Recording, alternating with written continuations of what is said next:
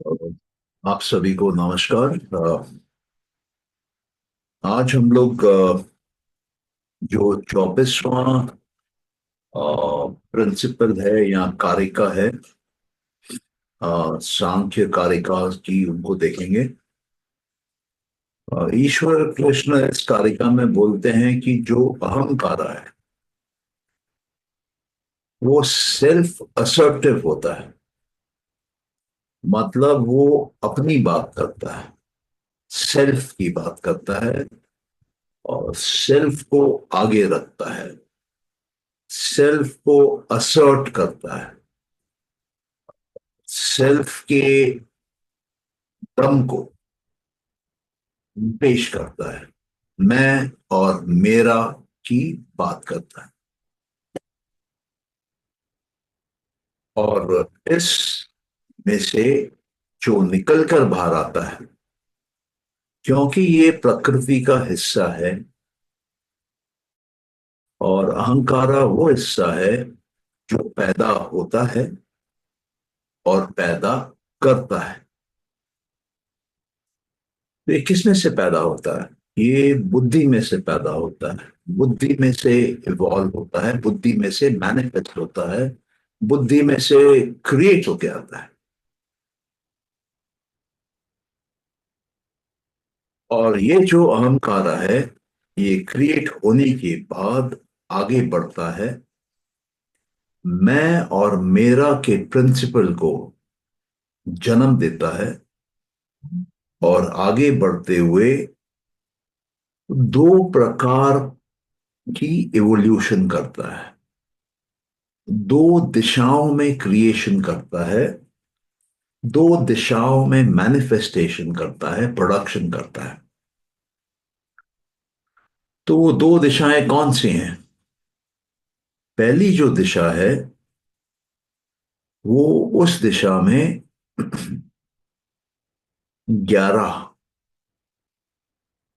बच्चे पैदा करता है, 11 एवोल्यूट्स पैदा करता है, 11 अलग अलग प्रकार के तत्व पैदा करता है।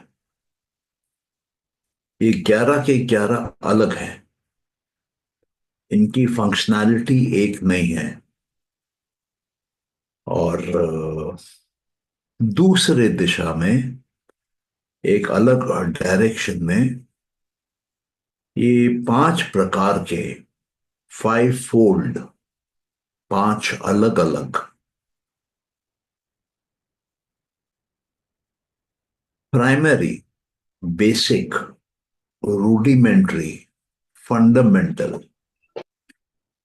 सटल, सूक्ष्म एलिमेंट या तत्व पैदा करता है। तो 16 तत्व निकल रहे हैं यहां पर, 11 और 5, किसमें से? एक तत्व में से। तो टोटल तत्व जो है वो 25 हैं। उनमें से दो तत्व ऐसे हैं जो कि परमानेंट हैं, जो हमेशा हैं और अनंत हैं। वो जो पहले दो तत्व हैं, जो अनंत और eternal, infinite, ever present, permanent है, वो है मूल प्रकृति, जो इनफाइनाइट एनर्जी है, जो सारे अनंत ब्रह्मांडों की जननी है। अनंत में से अनंत निकल सकता है, अनंत मूल प्रकृति में से अनंत बुद्धियां निकल सकती हैं, अनंत प्रकार के ब्रह्मांड पैदा हो सकते हैं। और अनंत में से अनंत निकलने के बाद भी जो मूल प्रकृति में बचता है वो अनंत है, वो इटर्नल है, वो हमेशा के लिए है। लेकिन जितनी भी ये बुद्धियां निकलती हैं, या बोल लीजिए जितने भी ये महत निकलते हैं, उनका अंत है, वो अनंत नहीं है। उनका जन्म है तो उनकी मृत्यु भी है। वो पैदा होते हैं, पलते हैं और मरते हैं। तो जो अनंत ब्रह्मांड है, उनका जन्म है तो उनका जीवन है, तो उनकी मृत्यु भी है। तो किसी भी एक ब्रह्मांड में कोई भी वस्तु या कोई भी जीव अनंत काल के लिए जी नहीं सकता है। जो आएगा सो जाएगा। चाहे वो देवता हो, देवी हो, इंसान हो, या कोई पशु हो, या कोई पितृ हो, या कोई पिशाच हो, कोई राक्षस हो, कोई गंधर्व हो, कोई यक्ष हो, इंद्र हो, प्रजापति हो, ब्रह्मा हो, विष्णु हो, महेश हो, ये सब आते हैं और जाते हैं। और अलग अलग ब्रह्मांडों में अलग अलग समय पे आते हैं और जाते हैं। कोई भी ब्रह्मांड परमानेंटली एग्जिस्ट नहीं कर सकता। हर ब्रह्मांड मूल प्रकृति से पैदा होता है और वापस अंत में मूल प्रकृति में समा जाता है। ये एक नेवर एंडिंग साइकिल है। ये चलती रहती है बिना रुके। क्यों? क्योंकि ये प्रकृति है, इसका काम है, इसकी परिभाषा बोलती है कि ये पैदा करती है, और जो भी पैदा होगा वो बदलेगा, और जो भी बदलेगा उसका अंत भी आएगा। तो ये जितने भी ब्रह्मांड हैं, वो दिखते हैं, वो व्यक्त हैं, उनको परसीव किया जा सकता है, उनको जाना जा सकता है, उनको देखा जा सकता है। उनका पैदा होना भी एहसास किया जा सकता है। उनका जीना, उनका चलना, वो भी देखा जा सकता है। उसका घुटना, उसका मरना, वो भी देखा जा सकता है। एक एक ब्रह्मांड में वो कभी हल्का होता है, वो कभी भारी हो जाता है। एक एक ब्रह्मांड कभी मोशन में, कभी एक्शन में रहता है, तो कभी इनएक्शन में रहता है, सुस्ती में आ जाता है। एक एक ब्रह्मांड कभी ज्ञान से भर जाता है, तो कभी अज्ञानता से भर जाता है। एक एक ब्रह्मांड कभी आनंद में फूट पड़ता है, तो कभी दुख में दबा के रोता है। तो ये सब कोई देखता है। ब्रह्मांड का पैदा होना, ब्रह्मांड का जीना, ब्रह्मांड का मरना, ब्रह्मांड का सुखी होना, ब्रह्मांड का दुखी होना, ब्रह्मांड का चलना, ब्रह्मांड का रुकना, ब्रह्मांड का हल्का होना, ब्रह्मांड का भारी होना। तो ये जो तत्व देखता है वो है पुरुष। और पुरुष भी एक परमानेंट एंटिटी है। पुरुष चेतन तत्व है, पुरुष दृष्टा है, पुरुष ऑब्जर्वर है, पुरुष साक्षी है, विटनेस है। बिना बदले हुए वो बदलते हुए को देखता है। बिना बदले हुए वो मूल प्रकृति को देखकर उसमें से बदलती हुई सृष्टि को पैदा करता है। और ये जो पुरुष का तत्व है वो अनेक पुरुष है, और जो मूल प्रकृति का तत्व है वो एक है। पुरुष जो है वो यूनिक और डिफरेंट है, मूल प्रकृति जो है वो एक है, वो कॉमन है, वो सब में है, वो सबकी एक ही मां है। ऐसा समझ लीजिए कि 100 कौरवों की एक मां। ये जो 100 कौरव हुए, ये 100 ब्रह्मांड हैं, और जो गंधारी हुई वो एक मूल प्रकृति है। अब ये जो 100 ब्रह्मांड पैदा होते हैं, वो बुद्धि के रूप में आते हैं, महत के रूप में आते हैं। ये तत्व का नाम महत है, महान तत्व है, great principle, great element, great तत्व। तो ये तत्व क्या है?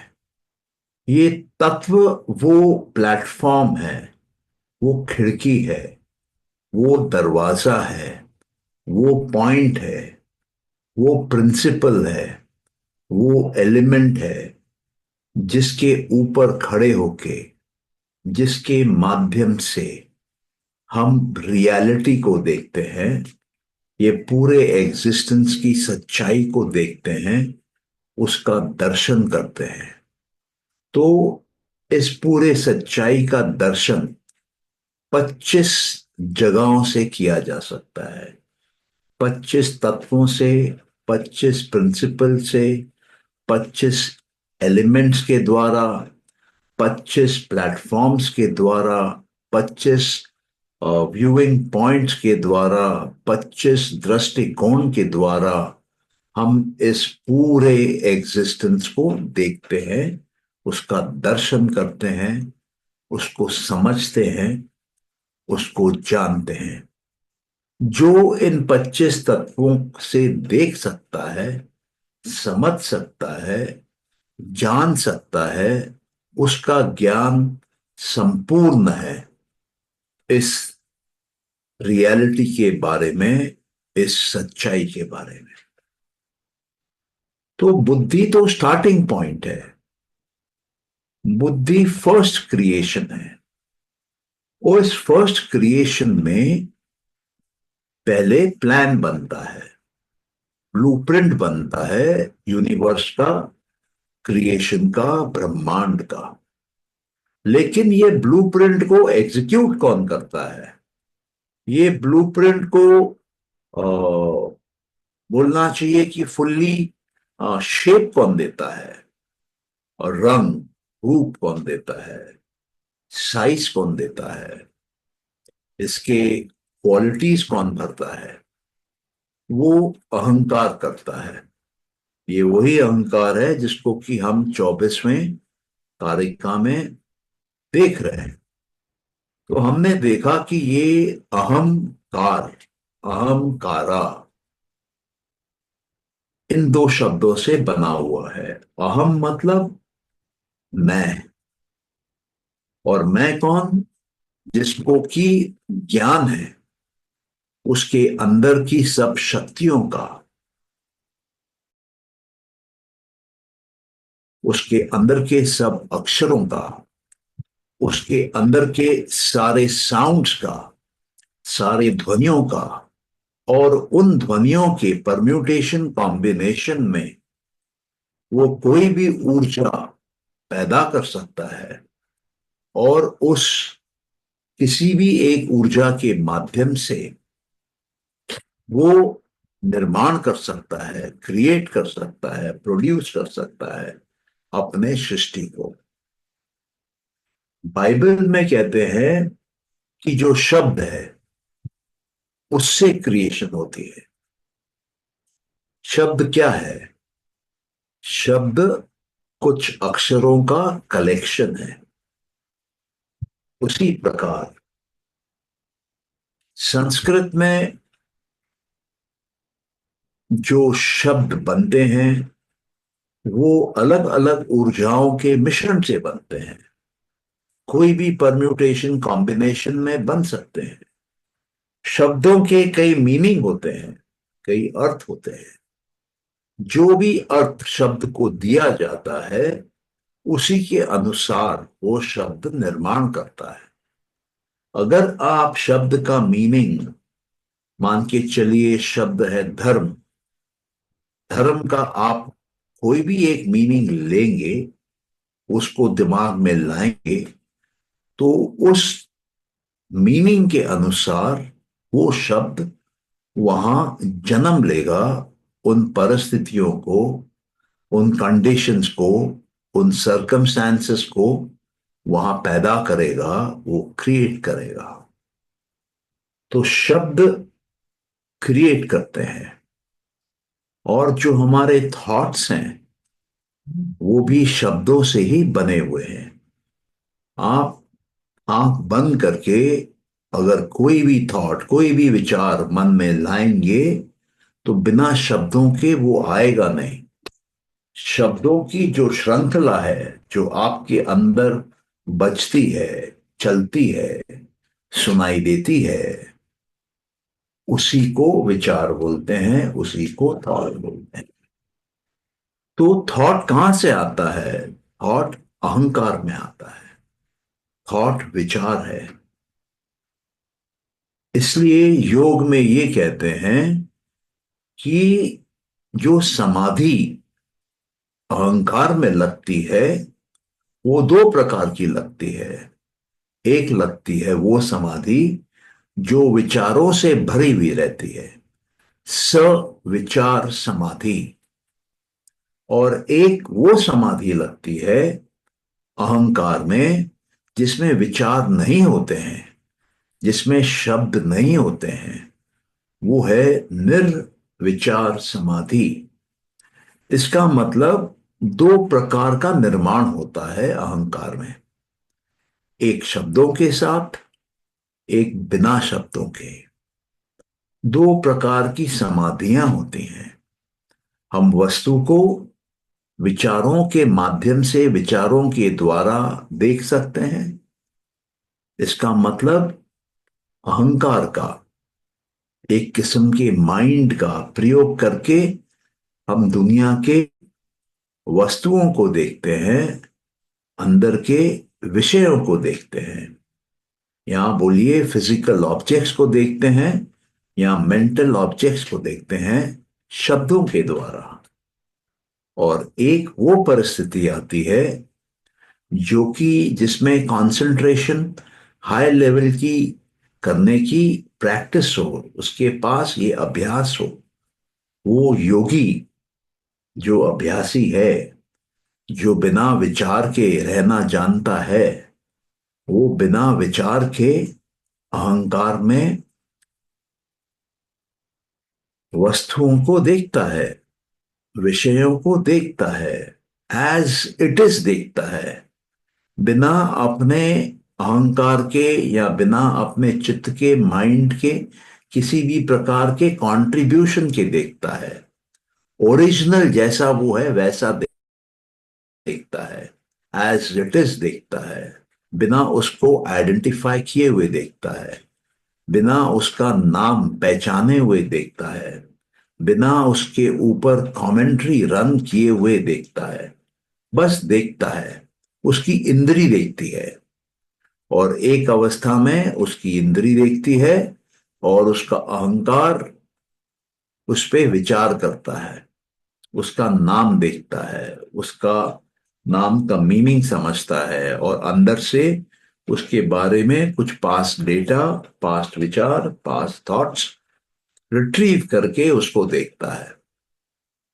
तो अहंकार में से दो प्रकार की क्रिएशंस निकलती हैं बाहर।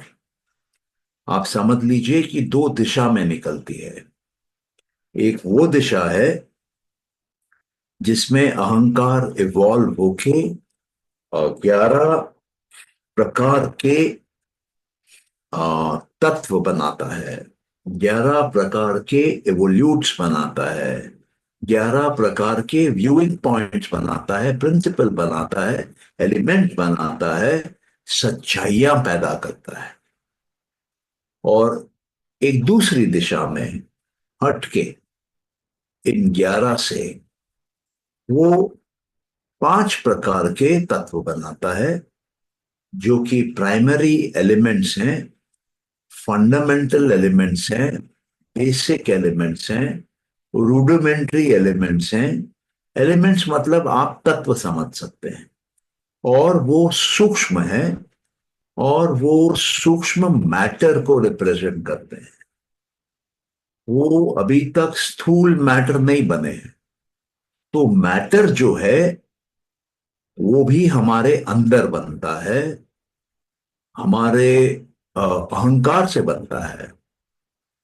और जो नॉन मैटर है हमारे अंदर, जिसको कि हम मैटर नहीं बोल सकते हैं अभी, वो भी अहंकार बनाता है। 11 के 11। वो कौन से बनाता है? वो बनाता है मानस। उसके बाद वो बनाता है 5 ज्ञान इंद्रियां। उसके बाद वो बनाता है 5 कर्म इंद्रियां। तो सबसे ज्यादा सात्विक मानस होता है, उससे कम सात्विक 5 ज्ञान की इंद्रियां होती हैं, उससे कम सात्विक 5 कर्म की इंद्रियां होती हैं। और दूसरे साइड में अ, तामसिक प्रवृत्ति आ जाती है। एक साइड में सात्विक प्रवृत्ति होती है, जो 11 को जन्म देती है। एक साइड में तामसिक प्रवृत्ति होती है, प्रकृति तामसिक रूप धारण करती है, और वहां पे 5 तन्मात्राएं आती हैं। 5 तन्मात्राओं जो है वो सूक्ष्म है, वो सूक्ष्म मैटर है। वो अभी तक एक स्थूल रूप नहीं ली है। तो सवाल ये उठता है कि जब ये सात्विक है तब 11 बनाती हैं, जब तामसिक है तब 5 बनाती हैं, तो ये जब राजसिक होती है तब क्या बनाती है? राजसिक जब ये होती है तो उस रजस के कारण ही बदलाव होता है अहंकार में। क्योंकि रजस मतलब एक्शन, चेंज, एक्टिविटी, मोमेंटम। तो ये बदलाव, ये चेंज, ये एक्शन, ये मोमेंटम दोनों स्टेट क्रिएट करती है, सात्विक भी, और कुछ समय के बाद, कुछ क्षणों के बाद राजसिक भी, ये तामसिक भी। तो बदलाव लाने वाला जो गुण है वो रजस है। और वो बदलाव किस में लाता है? सत्व में लाता है और तमस में लाता है। तो इस तरीके से आप समझ पाएंगे कि अहंकार सबसे इंपॉर्टेंट एलिमेंट है, सबसे इंपॉर्टेंट तत्व है। अगर किसी के अंदर अहंकार कमजोर है, वो पैदा कम कर पाएगा, उसकी क्रिएशन छोटी होगी, उसकी क्रिएशन में दम नहीं होगा, उसकी क्रिएशन शक्तिहीन होगी। लेकिन जिसमें अहंकार होगा उसकी क्रिएशन बड़ी होगी, उसके तन्मात्राओं में बहुत शक्ति होगी, उसकी इंद्रियों में बहुत शक्ति होगी, उसके कर्म की इंद्रियां बलवान होंगी, उसकी ज्ञान की इंद्रियां बलवान होंगी, उसका मानस दम रखता होगा। तो अगर आप राम को और रावण को देखेंगे, दोनों बड़ी हस्तियां थी, तो दोनों के अंदर अहंकार था। अहंकार आवश्यक है। बिना अहंकार के सृष्टि आगे नहीं बढ़ सकती है। लेकिन अहंकार किसी किसी में कभी घमंड पैदा करता है, अभिमान पैदा करता है। वो मैं और मेरा पे फोकस कर जाता है। तो मैं और मेरा होना ठीक है, लेकिन मैं और मेरा से घमंड हो जाना वो ठीक नहीं है। मैं और मेरा से अभिमान हो जाना, प्राइड हो जाना, वो ठीक नहीं है। कुछ लोग कहते हैं कि अहंकार गलत है, तो वो फिर अहंकार का मीनिंग अभिमान की मीनिंग की बात कर रहे हैं। वो अहंकार की मीनिंग घमंड से जोड़ रहे हैं। कुछ लोग कहते हैं कि अहंकार जो है उसको सरेंडर करना चाहिए, उसको समर्पण करना चाहिए ईश्वर के सामने या ऊंची ताकतों के सामने। तो वो भी अपनी जगह सही है। अहंकार अगर अपने आप को बुद्धि के सामने समर्पित करता है तो कंट्रोल बुद्धि के पास चला जाता है। बुद्धि चलाती है फिर सृष्टि को। तो क्योंकि बुद्धि हायर लेवल पे है, यूनिवर्सल लेवल पे है, यूनिवर्सल माइंड है, और अहंकार इंडिविजुअल लेवल पे है। अहंकार इंडिविजुअल माइंड है। अहंकार को आप लूजली इंग्लिश में सबकॉन्शियस माइंड भी बोल सकते हैं। तो जब एक इंडिविजुअल एक यूनिवर्सल पावर जो उसके अंदर है उसके सामने समर्पित होता है, तो वो अपने फंक्शन के लेवल को ऊंचे लेवल पे ले जाता है। अपने वर्किंग को लोअर लेवल से हायर लेवल पे ले जाता है। वो अपने अंदर एक सेल्फ इंप्रूवमेंट का स्टेप परफॉर्म करता है। और जब उसकी बुद्धि फंक्शन में आती है, कंट्रोल लेती है, मोशन में आती है, जीवन को चलाना चालू करती है, उस समय जीवन की क्वालिटी अच्छी हो जाती है और ज्यादा शक्ति बहने लगती है। मानस के माध्यम से, कर्म इंद्रियों के माध्यम से बाहर दुनिया में अब क्रिएशन और ज्यादा और शक्तिशाली होता है। और इंद्रियां भी बहुत ज्यादा शक्ति से, बहुत ज्यादा ऊर्जा से अपने परफॉर्मेंस को बढ़ा लेती हैं। और तन्मात्राएं भी और जोर से काम करती है और वाइडर रीच में काम करते हैं। और जो पंचमहाभूत बार बनते हैं वो विशेष प्रकार के बनते हैं। पावरफुल क्रिएशन बनती है, बड़ी क्रिएशन बनती है। एक रीजनल लेवल से बढ़कर वो नेशनल लेवल की क्रिएशन होने लगती है। एक नेशनल लेवल से बढ़कर वो ग्लोबल लेवल की क्रिएशन होने लगती है। एक ग्लोबल लेवल से बढ़कर वो यूनिवर्सल लेवल की क्रिएशन होने लगती है। एक यूनिवर्सल लेवल से बढ़कर वो एग्जिस्टेंस के लेवल पे विराट क्रिएशन होने लगती है। तो बुद्धि और अहंकार में क्या फर्क है?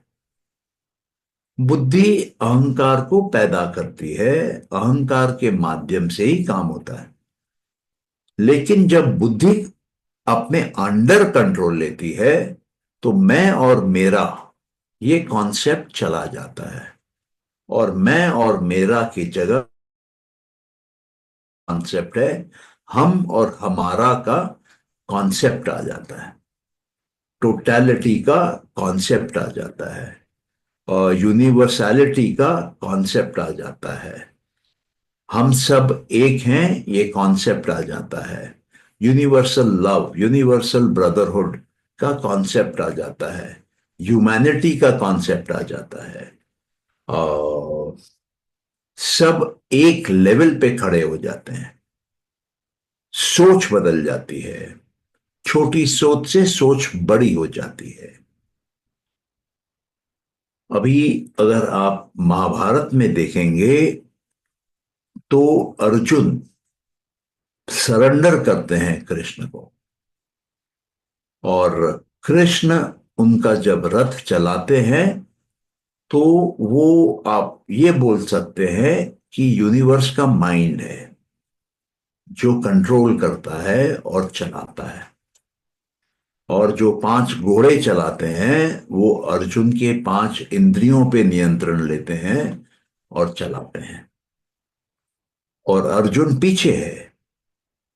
और जिस मार्ग पे वो बुद्धि जाती है, कृष्ण जाते हैं, इंद्रियों को लेकर जाते हैं, उस मार्ग पे अर्जुन भी जाते हैं, अपना कर्म करते हुए जाते हैं, बिना चिंता किए कि फल क्या है, रिजल्ट क्या होगा।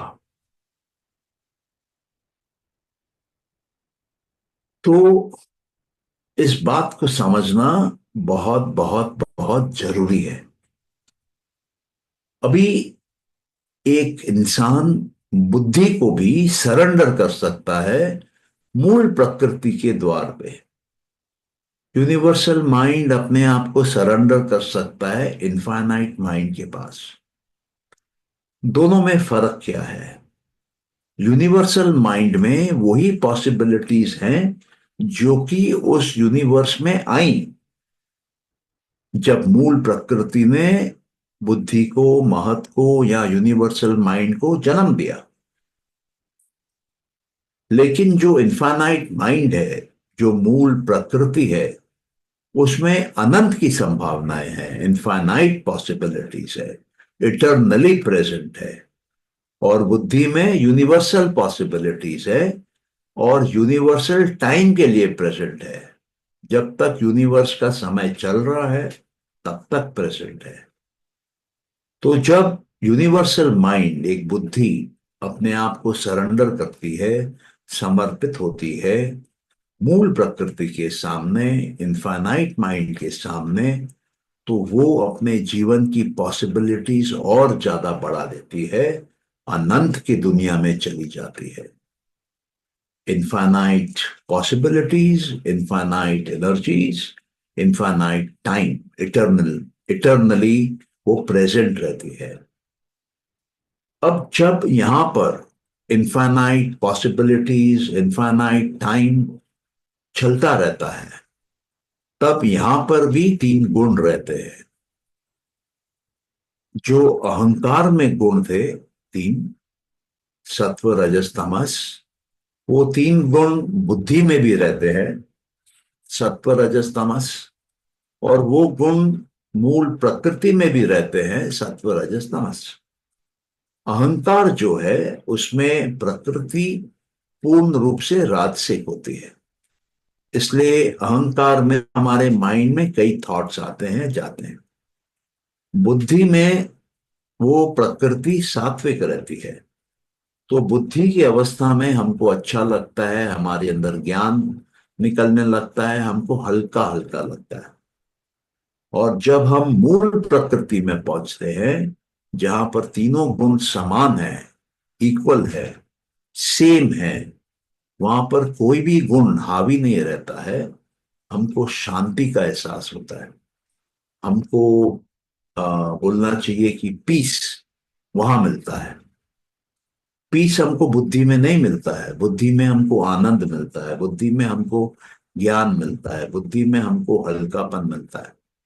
हमको अहंकार में भी पीस नहीं मिलता है। अहंकार में या तो हमको दुख मिलता है, या तो हमको एक्शन मिलता है, जोश मिलता है, एक्साइटमेंट मिलता है, मोशन मिलता है, चेंज मिलता है। तो जिस प्रकार की फीलिंग आपके अंदर आ रही है, उससे आपको समझ में आना चाहिए कि आप कौन से स्टेज में हैं एवोल्यूशन के। ये धरती पे मानव इवॉल्व होने आया है, एवोल्यूशन के लिए आया है। पिछले जन्मों के आधार पे हम अलग लेवल पे पैदा होते हैं। कोई राजसिक प्रकृति में आता है, कोई तामसिक प्रकृति में आता है, कोई सात्विक प्रकृति में आता है, कोई मूल प्रकृति में आता है। इन चार प्रकृति के स्टेट्स में मानव जन्म लेते हैं पिछले जन्म के कर्मों के अनुसार, पिछले जन्मों के भावों के अनुसार, पिछले जन्मों के आखिरी स्टेज पे मृत्यु के समय जो आपका स्टेटस है, धर्म का, ज्ञान का, ऐश्वर्य का और वैराग्य का, या इसके विपरीत अधर्म का, अज्ञानता का, अनैश्वर्य का या राग का, ये 8 स्कोर के अनुसार आपको अगला शरीर, अगली योनि, अगला जीवन, उसका ड्यूरेशन, उसकी क्वालिटी, ये सब तय होती है। ये तय होता है कि आप तामसिक प्रकृति में जन्म लेंगे कि राजसिक प्रकृति में जन्म लेंगे कि सात्विक प्रकृति में जन्म लेंगे कि मूल प्रकृति जहां तीनों गुण समान है, जहां शांति है, वहां पर जन्म लेंगे। अभी यहां पर आप माइग्रेट करते हैं, या नीचे या ऊपर। तो कुछ लोग ऊपर माइग्रेट करते हैं और कुछ लोग नीचे माइग्रेट करते हैं। ये ऊपर का माइग्रेशन या नीचे का माइग्रेशन आपके हाथ में नहीं है। ये जो कॉम्बिनेशन में आपके पास वो थे, धर्म, ज्ञान, ऐश्वर्य और वैराग्य, या इनके विपरीत के भाव, वो तय करते हैं। तो प्रकृति आपको भोग कराती रहती है। जिस तरह के भी प्रकृति में आप हैं, तरह के भी गुणों के बीच में आप हैं प्रकृति में, वो आपको भोग कराती रहती है। और वो भोग जो है वो कोशिश करके आपको ऊपर करने की प्रयत्न करती है। आपको तामसिक प्रकृति से राजसिक में माइग्रेट कराने की कोशिश करती है, राजसिक से सात्विक में माइग्रेट कराने की कोशिश करती है। माइग्रेट मतलब शिफ्ट, मूव। और सात्विक से मूल प्रकृति में शिफ्ट करने की कोशिश करती है। और जो मूल प्रकृति में है उनको पुरुष में शिफ्ट करने की कोशिश करती है। तो इस प्रकार से ये पूरा खेल प्रकृति का चलता है। और इस पूरे खेल को कौन देखता है? पुरुष देखता है। क्यों? क्योंकि वो दृष्टा है। बदलाव कहां हो रहे हैं? प्रकृति में हो रहा है। और पुरुष क्या है? ना बदलने वाला तत्व है, प्रकृति के बाहर का तत्व है। पुरुष सिर्फ देखता है, पुरुष कोई एक्शन नहीं कर सकता। पुरुष ना तो बदलता है खुद, ना किसी को बदल सकता है। क्योंकि पुरुष खुद बदलता नहीं है, तो न तो वो जन्म लेता है, न तो वो मरता है। और प्रकृति क्योंकि बदलती है, तो वो पैदा भी होती है और वो मरती भी है। प्रकृति कभी रुक नहीं सकती। और अगर प्रकृति रुक जाएगी तो वो क्या करेगी? वो मूल प्रकृति में मिल जाएगी, जहां पर तीनों गुण समान है। प्रकृति जब डिसबैलेंस होती है, तब उसमें कोई ना कोई गुण प्रीडोमिनेंटली प्रेजेंट हो जाता है। या तो वो सात्विक हो जाती है, या तो वो राजसिक हो जाती है, या तो वो तामसिक हो जाती है। लेकिन जब प्रकृति वापस बैलेंस में गिरती है, समान हो जाती है, इक्विलिब्रियम में आ जाती है, शांत हो जाती है, नाचना बंद कर देती है, तब वो मूल प्रकृति में जाके बैठती है। और वहां पर भी वो इंतजार करती है अपने, आप बोल सकते हैं, एक किस्म से मृत्यु का। जब उसमें ये 3 गुण मूल प्रकृति में शांत हो जाते हैं और रिटायर कर जाते हैं, उनकी फंक्शनैलिटी खत्म हो जाती है, उनका पर्पस खत्म हो जाता है, तब वो पुरुष की अवस्था में आ जाते हैं। ये जो 3 गुण हैं, इनका पर्पस क्या है? इन तीन गुणों का पर्पस है प्रकृति को बनाना, चलाना और मारना। ये तीन गुण प्रकृति के अलग अलग रूप पैदा करके पुरुष को दिखाते हैं और दिखाते रहते हैं। जब तक पुरुष की इंटरेस्ट रहती है देखने में तब तक वो दिखाते हैं।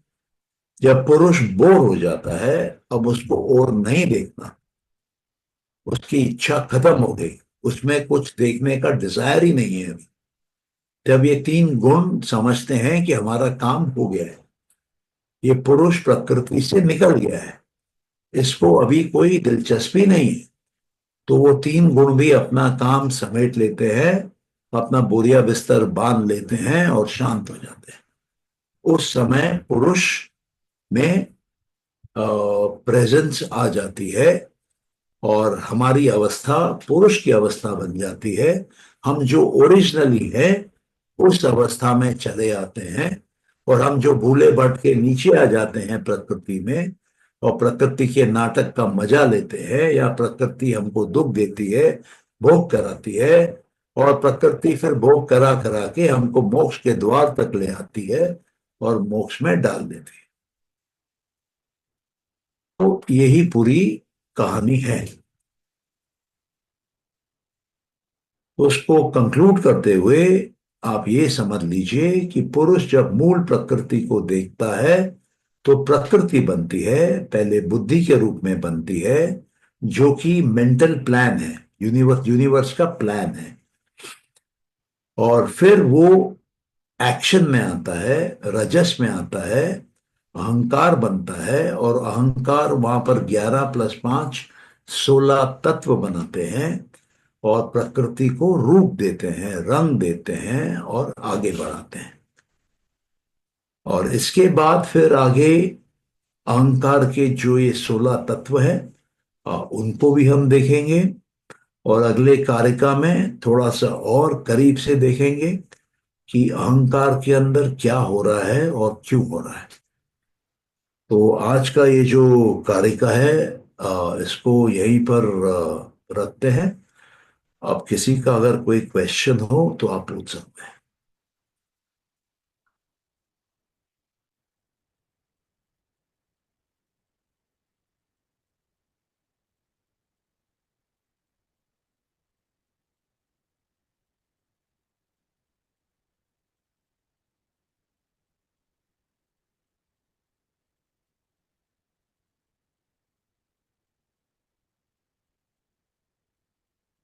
किसी का कोई प्रश्न नहीं है तो फिर ये सेशन क्लोज करते हैं। जी सर। चलिए, ओके, थैंक यू।